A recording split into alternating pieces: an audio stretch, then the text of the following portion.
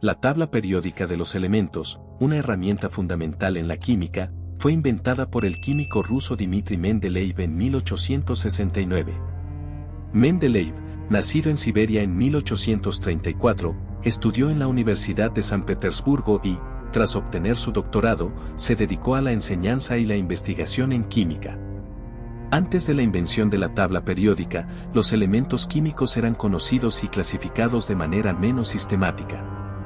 Los químicos habían identificado una serie de elementos y sus propiedades, pero la falta de un esquema organizado dificultaba el entendimiento de cómo estos elementos se relacionaban entre sí. Fue en este contexto que Mendeleev comenzó a trabajar en un sistema que organizara los elementos de manera lógica. Mendeleev se basó en las propiedades químicas y físicas de los elementos para organizar su tabla. En 1869, publicó su primera versión de la tabla periódica, que organizaba los elementos en filas y columnas de acuerdo con sus propiedades y masas atómicas.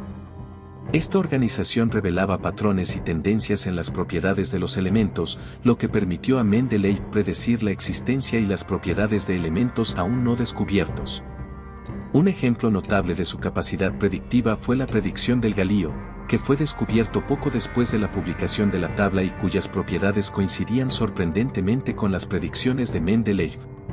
La tabla periódica de Mendeleev fue revolucionaria porque no solo organizaba los elementos conocidos, sino que también proporcionaba un marco para descubrir nuevos elementos y entender la química de manera más profunda.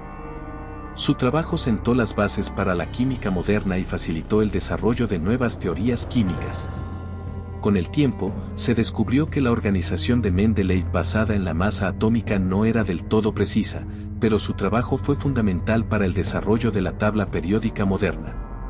A medida que se comprendieron mejor las propiedades de los elementos, se ajustaron y refinaron las tablas periódicas, culminando en la moderna tabla periódica organizada por números atómicos en lugar de masas atómicas, una innovación que reflejó la estructura interna de los átomos y permitió una clasificación más precisa.